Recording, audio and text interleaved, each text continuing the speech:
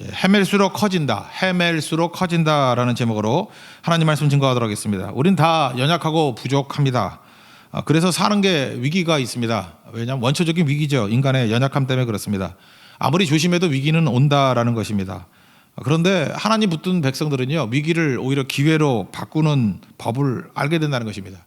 오늘 세 가지 위기가 나오는데 위기가 다 기회로 다 뒤바뀌게 돼버렸습니다. 3년 동안 기근이 왔다. 1절부터 9절.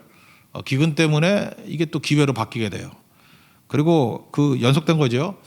두 아들을 수치스럽게 죽인 엄마가 나옵니다. 어머니가 믿음 가운데 매달리는 말미암아 그 수치스러운 죽음이 그 가문의 영광으로 이렇게 뒤바꿔 버리는 어머니의 치열한 사랑, 그런 것들을 볼 수 있습니다.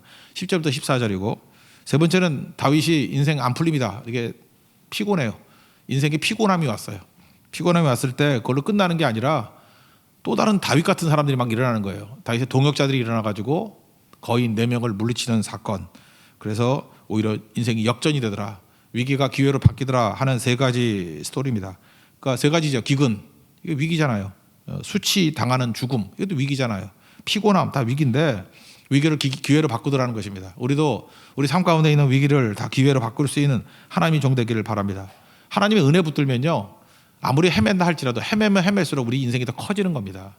이걸 보세요. 그 고난 때문에 헤맸잖아요. 그래서 오히려 인생이 더 깊어지고 커지지 않았습니까? Deep and wide. 우리 인생이 그렇게 될 수 있다라는 것입니다. 직접 살펴보죠. 첫 번째 위기입니다. 옛날엔 연분연 그랬는데 3년 연속 기근이 왔습니다. 요즘식으로 하면 뭐죠? 불경기가 왔다, 또는 경제 위기가 왔다. 근데 이게 물질적인 문제잖아요. 그리고 작은 문제잖아요. 근데 이 문제를 푸는 과정 속에서 근원적인 게 치료가 되더라는 것입니다. 우리도 그래요. 오늘도 여러분 자잘한 문제들이 있죠. 본인은 크게 느낄지 모르지만 이렇게 육적인 문제들이 있지 않습니까? 그거 가지고 치열하게 기도하다 보면 그 문제만 해결되는 게 아니라 근원적인 문제가 다 해결이 돼 버리고 오히려 그 뿌리가 다 뽑혀버리는, 그래서 완전히 거듭나게 되는 영적인 사람이 되는 축복이 임하게 된다라는 것입니다. 최근에 불경기, 팬데믹, 질병 이런 거 오지 않습니까? 이런 거 올 때 우리가 해야 될 일이 뭐예요? 우연이다 생각하지 말고 하나님께 물어봐야 된다는 것입니다. 오늘도 인생에 여러 가지 위기가 왔을 때 물으십시오. 물으면 하나님이 답을 주신다는 것입니다. 답을 어떻게 주시죠? 그 원인을 파악하게 만들어요. 우린 전혀 몰랐거든요. 이렇게 오는 이런 그 기근, 이런 팬데믹, 이런 불경기, 이거 원인 몰랐다고요. 근데 원인을 파악하게 만드니까 방향이 보이죠. 방향이 보이니까 대충 때려잡아서 행동하는 게 아니라 명확하게 우리가 뭘 해야 될지 안다는 거예요. 행동이 가능한 인생이 된다라는 것입니다. 3년 동안 기근이 왔습니다. 하나님께 물었어요. 물었더니 하나님이 머뭇거리지 않고 그냥 딱 답해 주잖아요.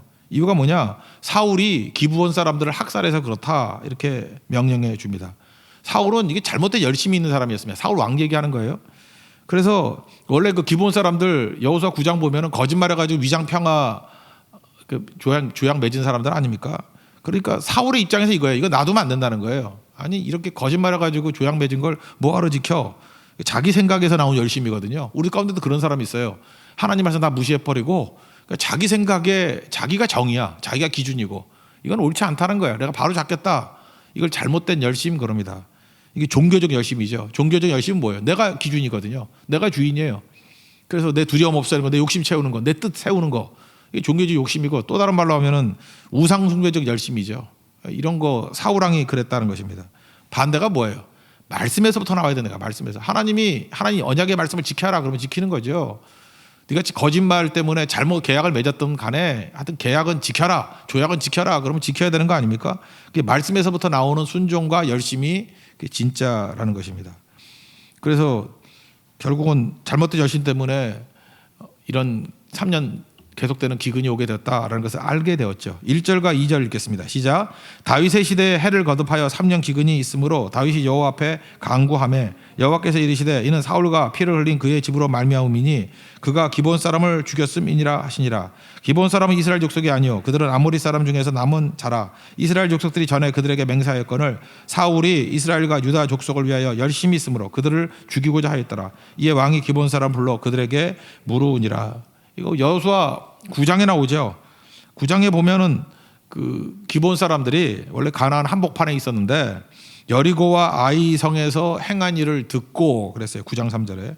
그래서 꾀를 내서 멀리서 온 사신 모양을 꾸밉니다. 그래서 헤어진 전대, 헤어지고 찢어져서 기운 가죽 포도주 부대, 그 신발도 낡아서 기운 신발, 뭐 낡은 옷, 그리고 다 마르고 곰팡이가 난 떡 이런 거 준비해가지고 보라고 우리 멀리 와가지고 이렇게 다 낡고 곰팡이 쓸고 이러지 않았냐? 우리와 조약을 맺읍시다. 그랬더니 가난한 사람 아닌 줄 알고 그냥 조약을 덜컥 맺어버렸다는 거예요. 14절 보니까 여호와께 묻지 아니하고, 이 실수죠. 기도도 안 하고 그냥 덜컥 화친하고 조약 맺고 맹세했대요. 나중에 속았다는 거 알고 난 다음에 뭐라 그래요? 하나님이 계약은 계약이야, 약속은 약속이야. 하나님 법이거든요. 함께 살아. 그렇게 됐더라고요. 그래서 나중에 그 느헤미야 때 보면요, 그 바벨론 포로로 끌려갈 때 이 사람들도 같이 끌려갔어요. 기브온 사람들도 돌아와가지고 성전에서 이렇게 뭐 굳은 일을 섬기는 일들 합니다. 그걸 느디님 사람이라 그래요. 느디님. 이 사람들 충성했어요. 오히려 유다 백성보다 훨씬 더 충성했어요. 기브온 사람들. 근데 사울 왕이 이들 뭐 때려 죽이고 막 이랬잖아요. 그러니까 하나님께서 이들이 기도하는 거 억울합니다. 우리 하나님과 계약 맺었는데 우리가 이렇게 죽습니다. 학살당합니다. 기도를 하나님이 들으시고 3년 동안 기근을 내렸다는 거예요.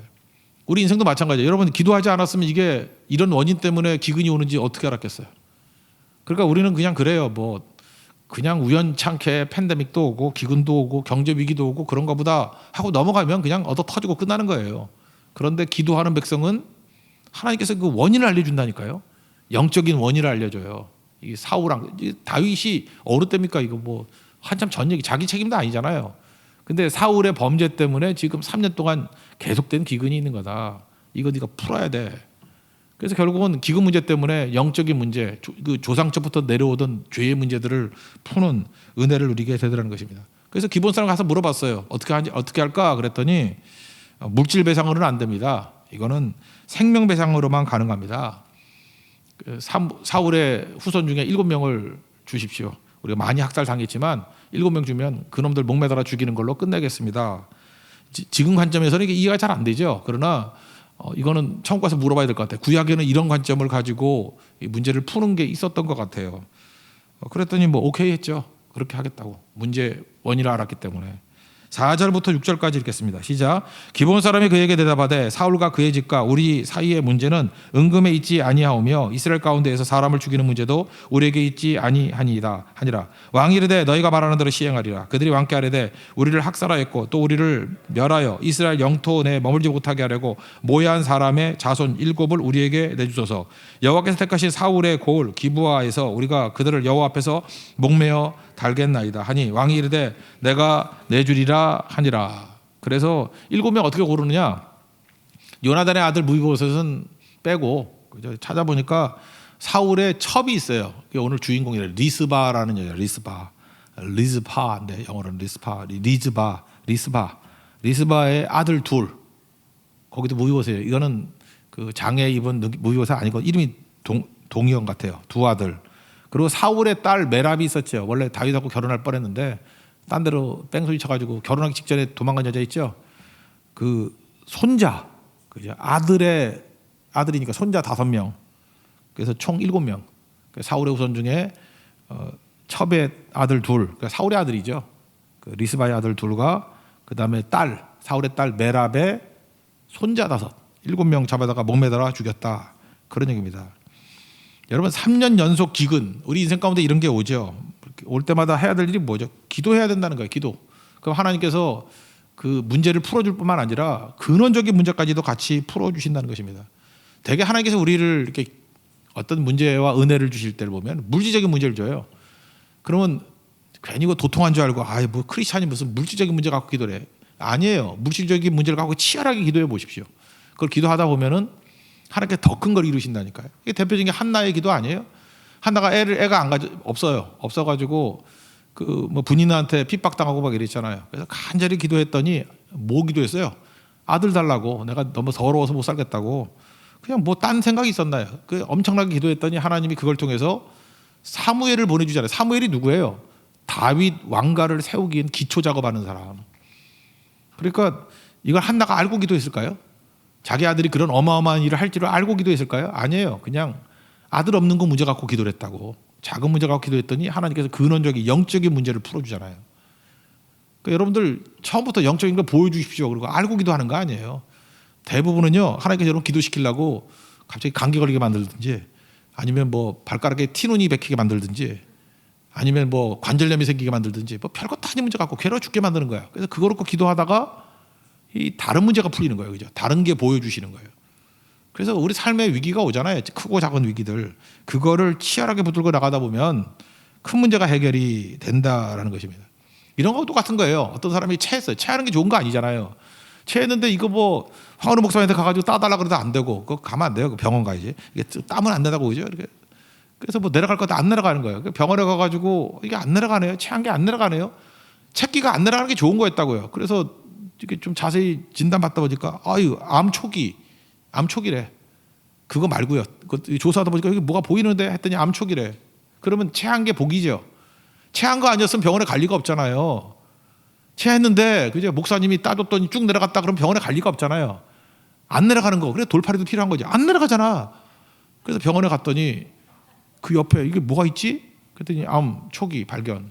그런 케이스예요. 그러니까 기근이 문제가 아니라 기근 때문에 이스라엘의 근원적인 문제, 이 범죄, 영적인 문제가 해결이 되더라. 뭐 그런 얘기입니다. 그래서 많은 사람들이 그래요. 물질적인 고통 때문에 그것 때문에 기도하다가 나중에 영적인 거듭남이 일어나는 사람 되게 많아요. 그래서 하나님께서 여러분들께 툭툭 치는 거예요. 욥기 한번 보세요. 욥이 고난으로 시작되잖아요. 고난으로. 근데 마지막 가서는 뭐 영적 깊이로 끝나잖아요. 구속자가 누군지 알고 부활이 뭔지를 알고 하나님의 영적인 깊이를 다 깨닫는 것에서 끝나는 게 아닙니까? 그게 하나님 목적이죠. 물질이 뭐 없으니까 주더라. 뭐 거지같이 구했더니 뭐 거지에서 벗어나게 만들었다. 그게 메시지가 아니잖아요. 그런 거예요. 그죠? 위기는 하나님께서 우리에게 근원적인 문제를 풀어 주신다는 것입니다. 링컨도 마찬가지죠. 링컨도 위기가 뭐였어요? 어머니 돌아가신 거, 친모 돌아가시고 계모 돌아가시고. 근데 계모가 참 좋았죠. 그 계모는 계모인데 어머니보다 더 좋은 것 같아. 친어머니보다. 너 어머니 두 명이나 잃지. 니네 친엄마 나도 이제 죽는데 세 번째 어머니는 모르겠다. 성경을 어머니 삼아라. 그래서 그 계모가 성경 주면서 이 성경만 읽고 살라 그랬잖아요. 그래서 결국은 어머니에 대한 불행이 링컨으로 하여금 성경의 사람이 되게 만든 거 아니에요? 성경 읽으면서 어머니 생각하고 거기서 하나님 발견하게 되고 백악관을 기도실로 만들고 성경의 사람으로 서게 된 계기. 이 위기에서 기회를 삼은 거 아닙니까? 바로 그 얘기라는 거예요. 우리 인생 가운데도요 이렇게 의미 없는 게 없습니다. 기근이 오면요 치열하게 기근 놓고 기도하십시오. 왜 그런지 하나님이 원인을 알려주시고 방향 알려주시고 행동도 알려주신다는 거예요. 그렇게 하다 보면 보다 근본적인 문제를 다 풀 수 있게 된다는 것입니다. 오늘도 여러분의 삶의 작은 문제를 통해서 근원적인 문제가 풀리는 축복의 시간이 되기를 축원합니다. 이게 위기를 기회를 푸는 첫 번째 내용이었고요. 두 번째는 이제 보세요. 아니 뭐 사울 한 개 이렇게 죽였다고 합시다. 근데 그 후손들이 뭔 죄가 있어? 그러니까 이 어머니가 하나 등장한다고. 어머니가 아들 둘이 죽었으니까 어머니가 없어서 망한다. 이게 두 번째예요. 여기 이제 여자분들 많이 계시는데 어머니가 좋아야 돼. 어머니의 사랑은 모든 것을 다 뒤집어 버린다. 그게 10절부터 14절까지 이야기예요. 수치스럽죠. 리스바라는 사울의 첩인데 리스바라는 여자예요. 아들 둘이 죽지 않습니까? 어떻게 죽어요? 수치스럽게 죽어요.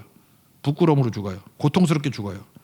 그리고 이렇게 했던 것 같아요. 그 시체를 매달아 놓고 7개의 시체를 매달아 놓고 못 내리게 했던 것 같아. 장사도 못 지내게. 왜? 짐승 밥 되게 만들라고. 그게 아마도 그 기본 사람들이 요청이었던 것 같아요. 그래서 매달아 놓고 있는 거예요. 근데 여기 보니까 그 추수기, 보리 추수기거든요. 그때부터 비가 올 때까지를 본다 그러면 이게 늦은 비와 이른 비거든요. 이게 길게 잡으면 6개월이에요. 그러니까 6개월 동안 매달아 놓은 거를 엄마가 가가지고 거기다가 굵은 배로 돗자리 깔고 그 옆에 지키고 있었다는 거예요. 낮에는 공중의 새가 와서 뜯어 먹을까 봐.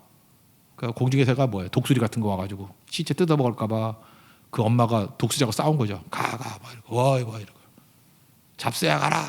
잡새야 날아든다 하면서 이렇게 노래 부르고 그죠. 밤에는 짐승들이 와서 들짐승이 먹을까 봐 그 엄마가 겁나지 않나? 들짐승 그죠. 뭐 하이에나 이런 게 나타날 거 아니야. 늑대 뭐 이런 거 그거 쫓아내고 그거를 길게 잡으면 6개월 정도 했다니까. 6개월 정도.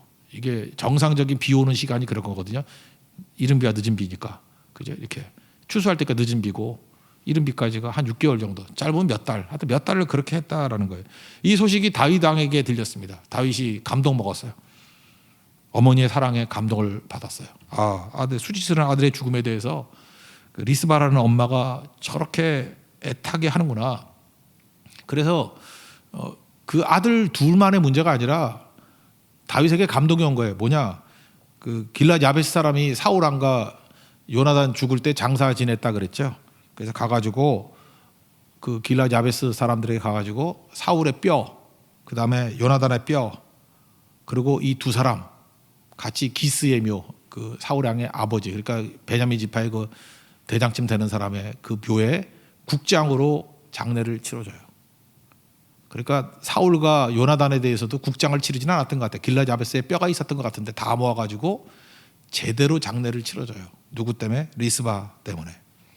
그러니까 한 여인의 행동이 수치스러운 모든 것을, 가문을 살리고 그 다음에 자기 아들의 죽음을 영광스러운 죽음으로 바꾸어 놓더라. 여기서 어떻게 보면 그 예수님의 어머니 마리아 같은 느낌이 들어요. 그죠? 한번 읽어봅시다. 10절부터 14절까지 한번 그 내용을 읽어보겠습니다. 시작. 아야의 딸 리스바가 굵은 배를 가져다가 자기를 위하여 바위에 펴고 곡식배기 시작할 때부터 하늘에서 비가 시체에 쏟아지기까지 그 시체에 낮에는 공중에 새가 앉지 못하게 하고 밤에는 들짐승이 범하지 못하게 한지라. 이에 아야의 딸 사울의 첩 리스바가 행한 일이 다윗에게 알려짐에 다윗이 가서 사울의 뼈와 그의 아들 요나단의 뼈를 길랏 야베스 사람에게서 가져가니 이는 전에 블레셋 사람들이 사울을 길보아에서 죽여 블레셋 사람들이 벳산 거리에 매단 것을 그들이 가만히 가져온 것이라.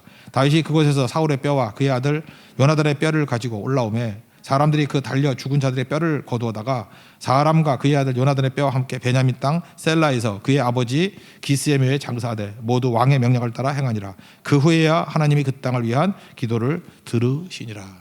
여기서 리스바의 엄마의 사랑과 엄마의 믿음, 여기서 뭘 할 수 있죠? 하나님의 사랑과 가장 비슷한 게 어머니의 사랑이에요. 그래서 어머니의 사랑이 넘치는 가정에서 자랐던 자녀들은요, 하나님의 사랑을 이해하는데 굉장히 쉽습니다. 여러분 자녀들이 믿음이 안 자라는 거 보면은 그 어머니 사랑이 엉터리기 때문에 그래요. 어머니 믿음이. 지난번 아버지 믿음 했으니까 오늘 어머니만 주로 때릴게요. 예. 어머니 믿음이 엉터리기 때문에 그래요.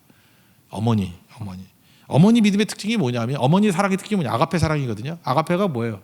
무조건적인 사랑. 한 인격이 제대로 자라기 위해서는 무조건적인 사랑을 받아야 크는 거예요. 사랑 먹고 자란 거야 아이들.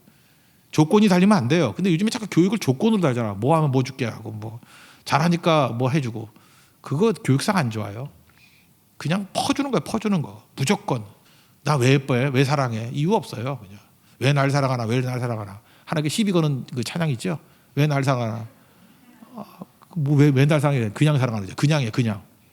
이유를 묻지 마세요. 그게 무조건적인 사랑의 특징이잖아요. 로마서 5장 6절 보니까 우리가 연약할 때에, 우리가 강할 때가 아니죠. 경건치 않은 자를 위해서 그리스도께서 죽으셨다. 또 로마서 5장 8절 넘어가면 우리가 죄인 되었을 때, 의인이 아니에요. 우리를 위해 죽으심으로 하나님의 사랑을 보여주셨다. 10절 우리가 원수 되었을 때 아들의 죽음으로 말미암아 하나님과 화목을 이뤘다. 다 뭐 이게 무조건적인 사랑. 근데 무조건적인 하나님의 사랑을 이게 금방 이해 못하는 사람들이 많아요. 왜? 어머니가 제대로 사랑을 보여주지 못한 사람은 이해가 안 되는 거예요. 근데 어머니의 무조건적인 사랑을 충분히 받은 사람은요, 하나님의 사랑을 금방 이해해요. 여러분 그거 아세요? 어머니가 이렇게 율법적인 사람들이 있죠. 맨날 혼내고 자기 정의에 가깝고 자기 기준 너무 고집세고 이러면 그 집에 있는 아들이나 딸들이 그 딴 사람이 올 때 꼭 반푼이가 돼 있어요. 애들이. 그러니까 질려가지고 멍 때리고 다니고. 그 왜 그래요? 무조건적인 사랑을 받지 못했기 때문에 하나님의 사랑도 이해를 못하는 거야. 받아들이지 못하는 거예요. 그 엄마 때문에 그래요. 엄마 때문에. 엄마가 말종이기 때문에. 그러니까 문제가 되는 거죠. 여러분 요즘에 그 여자분들이, 원래 여자들이 하나님께서 주신 그 모성애적인 사랑이 있는데 있죠. 제발 그 있는 거 좀 본능적인 사랑 좀 살리세요. 그거 다 죽여가지고, 이게 무슨 나이는 다 늙어가지고 애나 사랑할 생각을 해야지. 맨날 뭐 여자네 하고 이렇게 뭐 꾸미거나 성형이나 하고 자꾸 이러니까 문제가 되는 거죠. 자기 숭배에 빠져 있다고. 아니에요. 자기 희생하면서 자녀들에게 어머니 사랑이 하나님 사랑과 거의 유사하다, 이걸 보여주는 그 모습이 꼭 있어야 된다는 것입니다. 우리나라 조선시대 또 왕이 27명 있었죠. 프랑스에도 왕이 69명 있어요. 프랑스의 왕. 저도 몰라요. 그냥 69명이라는 것만 알아. 69명. 그 중에 선한 왕이라고 하면 3명밖에 없대. 근데 3명의 선한 왕의 특징이 뭐냐면 다 어머니 손에서 사랑을 듬뿍 받고 자란 아이가 선한 왕, 성군이 됐대. 성군이. 반면에 그 66명은 어떤 애들이에요? 시녀 손에서 자란 애들이래요. 시녀 손. 그러니까 시녀들이니까 뭐예요? 그냥 왕자님 하면서 뭐 대충 키웠겠지. 그러니까 거기서 폭군이 나오는 거죠. 사랑받지 못하니까. 그러니까 엄마 사랑을 받아야 돼. 엄마 사랑을. 그죠? 그거 아니면은 뭐 사도세자도 그런 거 아니에요? 그죠? 엄마 사랑 제대로 못 받아가지고 반푼이 된 거 아니에요? 아버지가 그 좀 엽기적인 아버지 영조. 그러니까 이기적이고 조건적이고 타락한 사랑 속에 있으면 인물이 안 나와요. 인물이. 그러니까 어머니의 희생적인 사랑 그거를 애들이 막 절감을 해야 돼요. 그러면 하나님의 아가페적인 사랑, 무조건적인 사랑이 뭔지를 쉽게 이해해요. 쉽게. 그래서 어머니가 좋아야 돼요. 어머니가 좋으면 믿음이 금방 뿌리를 내립니다. 근데 아무리 봐도 믿음이 안 생기는 사람들 보면은 그 한 10년 지났는데도 믿음이 안 생겨. 그러면 이제 질문을 하게 되죠. 어머니 한번 만나뵙고 싶은데요. 예. 만나보면 그래서 그랬구나. 이게 이해가 되죠. 어머니는 어떤 리스바는 고통에 동참하는 엄마였어요. 고통에. 아들이 수치, 부끄러움 그러면 숨어야 될 거 아니에요. 근데 이거 내 아들이라고 그러면서 새를 쫓아내고 밤에는 들짐승 쫓아내고 사람들이 지나가면서 뭐 조롱도 하지 않았겠어요. 근데 모든 수모를 다 참아내면서 지키잖아요. 그죠? 이게 중요한 거죠. 눈물의 어머니죠. 눈물의 어머니. 제가 고등학교 때 친구 생각나요. 공부 잘하던 애인데 어떤 친구가 있거든요. 그 어머니가 하여튼 유명한 어머니였어요. 그 자존심 강하기로. 근데 얘가 공부 잘하는 애예요. 얘 굉장히 좋은 대학에 지금도 잘 나가는 사람이라 이름 얘기하면 안 될 것 같아요. 너무 유명해서. 근데 얘가 고등학교 때 컨닝을 했어. 공부 잘하는 애인데 나 이해가 안 돼. 지가 제일 공부 잘하는데 누구 거 컨닝을 하는 건지. 봐봐야 틀릴 건데. 그러니까 그 컨닝 옆에 걸 본 게 아니라 책을 본 것 같아. 내가 그건 뭐 직접 모르니까. 그래서 정학 처분을 당했어요. 그러니까 얘가 서울법대에 들어갔거든. 그러니까 공부 잘하는 애예요. 공부 잘하는 애고 정확히 말하면 조국하고 동창이에요. 더 얘기하면 안 되겠다. 예. 나경원하고 동창이야 거기. 근데 그때 하여튼 공부 잘하는데 하여튼 그냥 넘어가려고 그러는데 선생님은 덮어주려고 그랬어. 그러니까 약간 비리지. 공부 잘하니까 덮어주려고 그러는데 주변에 한 2, 3, 4등 하는 애들 엄마들이 난리가 난 거야. 이거 놔두면 안 된다. 그래서 한 달쯤 지나고 난 다음에 문제가 커졌어요. 문제가 커져가지고 그랬는데 그러니까 그 엄마들끼리 좀 라이벌 의식이 있었던 것 같아. 근데 그 엄마가 그 고발한 애들이 이제 자기 아들 친구니까 거기에 무릎 꿇는 거 봤다니까. 우리 아들 용서해달라고. 그 자존심 엄청 강한 엄마인데 무릎 꿇는 걸 봤어요. 난 그때 저게 기적이구나 그랬어요. 근데 그 엄마 알거든요. 우리 어머니하고도 친해요. 잘하는 분인데 무릎 꿇을 사람이 아니에요. 근데 무릎 꿇더라고. 그때 제가 느낀 게 뭐냐. 저게 어머니구나. 그 친구 어머니구나. 그죠? 여기서 리스바도 그렇잖아요. 아들의 수치, 부끄러움 뭐 다 짊어지고 이게 왕비 아니에요. 왕비 첩이지만 왕비잖아요. 그죠? 후궁 아니에요. 후궁.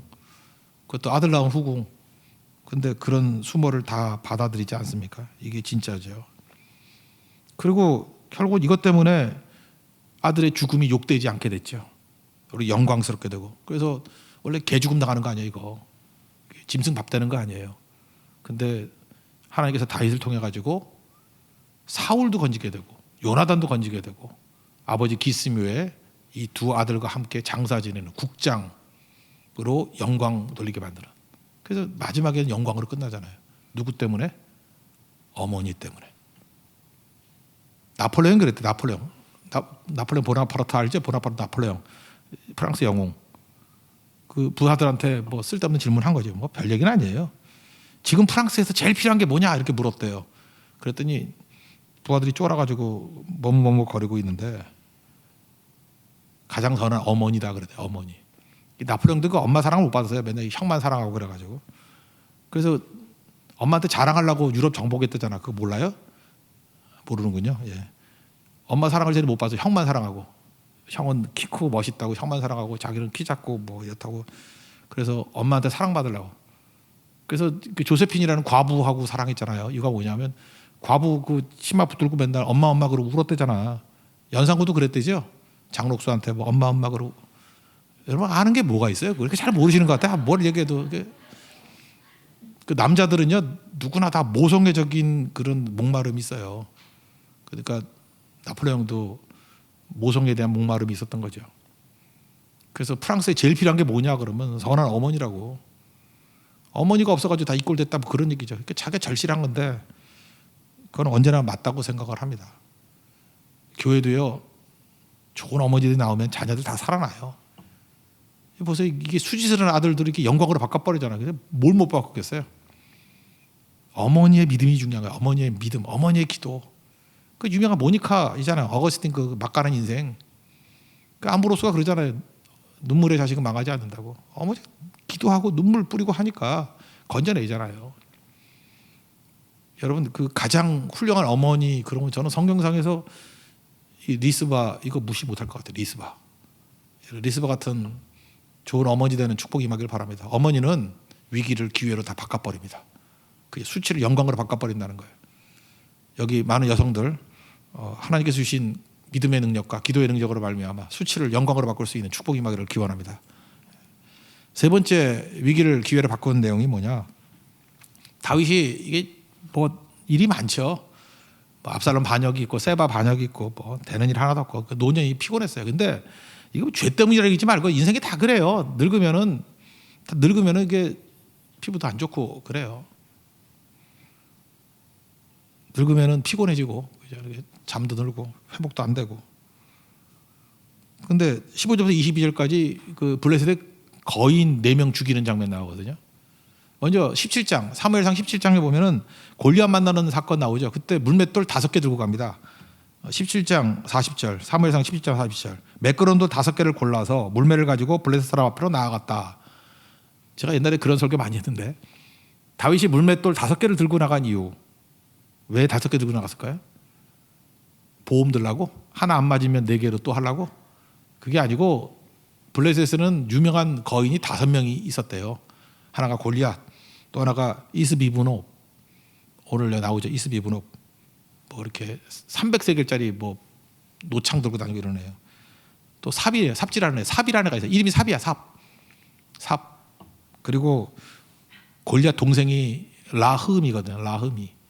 그래서 5번째는 이름이 없어요. 근데 손가락 6개야. 육손이. 내가 이름 지었어. 육손이라고. 발가락 6개. 육발이. 육손이. 그러니까 24개예요. 여기 6개. 이게 약간은 그 기형으로 태어난 거죠. 이게 있었다고. 그래서 다윗이 믿음이 있었던 거죠. 하나님, 내가 저 거인 5명을 내가 다 물리치겠습니다. 골리앗 전원뿐만 아니라 넷도 물리치겠습니다. 그리고 책임 가지고 나간 거죠. 믿음 가지고. 근데 골리앗 하나를 딱 물리쳐서 골리앗 머리를 베버렸더니 다 도망쳐 버렸어. 그래서 4명의 그 거인들을 죽일 기회가 없었죠. 어쨌든 그래서 끝났잖아요. 여기서 중요한 게 뭐죠? 우리는 돌멩이 모으는 싸움만 하잖아요. 돌멩이 많은 거. 돌멩이 많다고 이기는 게 아니에요. 믿음 가지고 일석일사 하나의 돌로 한 명씩 죽일 수 있어. 그러니까 오석오사야. 그죠? 오석오사. 너무 한자 어려운가? 너무 고도의 한자를 써가지고 이해를 못하겠죠? 오석, 돌 5개 오사. 5명이 죽었다. 나도 웃기네. 예. 그래서 그 믿음 가지고 나갔다는 거예요. 그래서 다윗의 믿음이 대단한 거죠. 근데 이런 대단한 믿음의 사람도 늙으니까 어떻게 할 수 없지. 계속된 전쟁으로 피곤해졌어요. 그래서 힘이 다 빠지고 늙으니까 어떻게 혼자밖에 없지. 그래서 그 거인 놈이 하나가 나타났는데 그 아까 했던 이스비브노브 싸우려고 그러더니 약간 밀렸는가 봐요. 그랬더니 아비새가 나가서 죽여버리고 당신은 이스라엘이 등불이니까 이제 나서지 마세요. 그 뭐예요? 늙었다 그 얘기죠. 이제 힘이 빠졌으니까. 옛날에 왕년의 다윗이 아닙니다. 그래서 피곤해서 뒤로 빠졌는데 메시지는 뭐예요? 오히려 제2의 다윗 같은 용사들, 골리앗 물리치는 것 같은 용사들이 4이나 더 나왔다는 거 아니에요? 그러니까 여러분들은 마찬가지야. 안심하고 죽어도 돼요. 내가 죽으면 어떡하나 그러는데 죽으면 또 아비새도 나오고 여러 사람 나와. 안심하고 은퇴하세요. 괜찮아. 그죠? 나 아니면 안 된다가 아니라 하나님이 내게 기회를 주셨을 때 충성 다하는 거예요. 우리도 늙고 병들고 피곤해지고 그러면 그죠? 거기서 기도만 하고 있으면 또 알아서 이렇게 때려잡아 죽는 사람들, 용사들 나오잖아요. 그래서 일꾼이 늘어나는 거죠. 그래서 피곤함이 동역자를 만든다예요. 피곤함이라는 위기가 동역자를 여러 세우는 기회가 된다, 그런 뜻이죠. 15절부터 17절까지 먼저 첫 번째 죽이는 거 한번 봅시다. 시작. 블레셋 사람이 다시 이스라엘을 치거늘 다윗이 그의 부하들과 함께 내려가서 블레셋 사람과 싸우더니 다윗이 피곤함에 거인족의 아들 중에 무게가 300세겔 되는 노창을 들고 세 칼을 찬 이스비브 노비 다윗을 죽이려 하므로 수리의 아들 아비새가 다윗을 도와 그 블레셋 사람들을 쳐 죽이니 그때에 다윗의 추종자들이 그에게 맹세하여 이르되 왕은 다시 우리와 함께 전장에 나가지 마옵소서, 이스라엘의 등불이 꺼지지 않게 말게 하옵소서 하니라. 이제는 싸우는 거 하지 마시고요, 뒤에서 그냥 이스라엘 등불이니까 사람 안 계세요, 기도만 해주세요, 뭐 이런 거죠. 이게 또 필요한 거죠. 모세와 훌이 사국대 올라가서 기도하잖아. 손들면 이기고 내리면 지고, 아말렉과 전투에서 출애굽기 17장. 그때 누가 싸워요? 여호수아가 싸우잖아. 그러니까 싸우는 거 젊은 사람들이 많이 싸우는 거예요, 그죠? 그렇게 되는 거죠. 그러니까 괜히 늙어서 나가서 설치지 말고. 그러나 또 갈렙을 보면 또 설쳐되는데, 갈렙은 또 이름이, 갈렙의 뜻이 개잖아. 그러니까 개같이 뛰는 거지. 그러니까 이름이 중요한 거예요. 그 다음에는 시프게라는 사람이 삽을 죽이고요. 그 다음에 엘하나라는 사람이 라흠이 골리앗 동생 죽이고, 요나단, 여기서 요나단은 다윗의 세 번째 형이 삼마거든. 삼마의 아들이에요. 요나단 육손이 죽입니다. 육손이까지 죽이는 거 읽어봅시다. 18절부터 22절까지 읽겠습니다. 시작. 그 후에 다시 블레셋 사람과 고베에서 전쟁할 때 후사 사람 시프게는 거인족의 아들 중에 삽을 쳐 죽였고, 또 다시 블레셋 사람과 고베에서 전쟁할 때 베들레헴 사람 야레 오르김의 아들 엘하나는 가드 골리앗의 아우 라흐미를 죽였는데 그 자의 창자루는 배틀채 같았더라.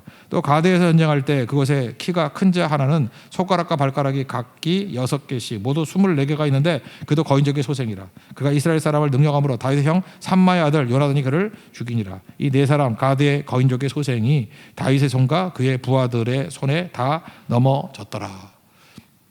다윗 혼자서 거인 5을 물리치는 것도 좋지만, 그럼 혼자 잘난 거 아니에요, 독야청청. 그런데 골리앗 죽이고 이제 나이 들어서 늙고 피곤해졌어. 그래서 또 다른 젊은 사역자들이 일어나가지고 4명을 때려 죽였다. 그러면 그거 나쁜 거 아니잖아요. 얼마나 좋아요. 이게 엘리야가 그랬잖아요. 엘리야가 뭐 갈멜산에서 승리하고 난 다음에 19장에서 뭐 이세벨이 죽인다 그러니까 낙심해 있더니 뭐라 그래? 나만 남았건을 그랬더니 하나님이 웃기고 있네 그러잖아요. 바알에게 무릎 꿇지 않은 7,000명이 있다고. 그래서 그 이후에 무슨 일을 해요? 돌아다니면서 옛날에 선지자의 생도 그랬는데, 새로 번역된 건 선지자의 제자들. 저는 옛날 성경이 익숙해서 그런지 선지 생도, 선지자의 생도들, 또는 새로 번역은 선지자의 제자들 키우잖아요. 가는 곳마다 베델 가니까 선지자 생도들이 뭐 50명씩 모여 있고, 여리고가도 있고 요단가도 있고, 어딜 가나 선지 생도들이 있잖아요. 이게 왜 이렇게 많지요? 엘리사를 비롯해서 후진양성한 거예요. 그러니까 엘리야가 혼자만 뛰는 줄 알아. 그래서 바알과 아세라의 선지자 850대 1 맨날 이거 혼자 뛰는 거 좋아했는데, 하나님께서 너 왜 몸축나게 혼자 뛰니? 다윗 같이 하라는 거예요, 그죠? 부하들 가지고 같이 승리하는 거지. 혼자 뛴다고 다 되는 거냐? 사람 키워라. 그래서 결국은 오늘 제목이에요. 엘리야가 엄청 헤맸잖아. 헤매면 헤맬수록 커지고 있어요. 다윗도 피곤함으로 헤맸잖아요. 헤매면 헤맬수록 커지고 있다고. 여러분도 인생 좀 치열하게 헤매십시오. 헤매야 커져요. 이렇게 가던 길만 가면은 딴 데 안 가보잖아. 그러니까 너무 지도 같은 거 따지지 말고 지도 없이 한번 가보세요. 그리고 너무 맛집만 찾아다니지 말아요. 그 맛집다가 사기치는 거야. 그거. 그냥 아무데나 가요. 맛집 가다가 길을 잃어버리는 게 축복이야. 그래서 더 이상한 맛을 보게 돼요. 물론 망칠 때도 많지만 하여튼 그렇게 돼요. 인생은 그렇게 사는 거예요. 정해지기만 하는 게 아니고 그냥 마구잡이로 가라고. 막 헤매는 인생이 새로운 길을 발견하는 거, 새로운 것 발견하는 거예요. 위기가 기회입니다. 오늘 생각해보세요. 기근 좋은 거 아니잖아요. 3년 연속 기근, 경제 위기 아니에요? 그걸 통해서 이스라엘의 근원적인 죄의 문제, 영적 회복이 되고, 여기서 대속의 능력이 나오잖아요. 십자가의 능력. 예수님이 생명은 생명으로잖아요. 응급으로 되는 게 아니잖아요. 그래서 우리 죄의 문제를 해결하기 위해서 답이 없잖아. 생명은 생명이니까 예수님 보내주셨다. 이렇게 더 깊어지면 십자가 대속의 원리까지도 이해할 수 있는 풍성한 은혜를 누리게 되잖아요. 3년 기근 때문에. 너무 깊이 안 가려고 내가 살짝만 얘기를 했는데 이스라엘의 영적인 문제를 풀고 회복시켜 주잖아요. 여러분 마찬가지입니다. 삶의 작은 자잘한 문제들이 우리에게 유익이 됩니다. 믿으십니까? 승리하십시오. 그리고 어머니의 믿음, 수치를 영광으로 다 바꿀 수 있습니다. 여기 여자분들 정말 치열하게 기도해서 뒤집어 버리는 은혜의 역사가 있길 바랍니다. 그리고 피곤하십니까? 늙으셨습니까? 관절염 생기셨습니까? 아무리 잠을 자도 피로가 안 풀리십니까? 죽으란 뜻이에요. 빨리 죽고 동역자 세우면 됩니다. 동역자 세우면 얼마든지 할 수 있어요. 그죠? 우리 그 늙은 애들 춤 안 추니까 지금 젊은 애들 둘이 나서 열심히 추잖아요. 그죠? 그래서 일부러 시험을 한번 해봤어요. 잘 율동 안 하는 거 막 했더니 못할 줄 알았는데 다 하는 거야. 그 시험에 들지 말게 없어서 그랬는가 봐요. 다 됐잖아요. 그죠? 그래서 느낀 게 뭐냐면 안심하고 죽어도 되겠다 이런 생각이 들었습니다. 마찬가지입니다. 하나님 부르실 때 일 하나면 다 버려버리고 새로운 사람 데리고 또 하나님 일하십니다. 기회 줄 때 충성 다할 수 있는 하나님의 종 되기를 축원합니다. 자리에서 일어나겠습니다. 은혜 찬양하겠습니다. 은혜.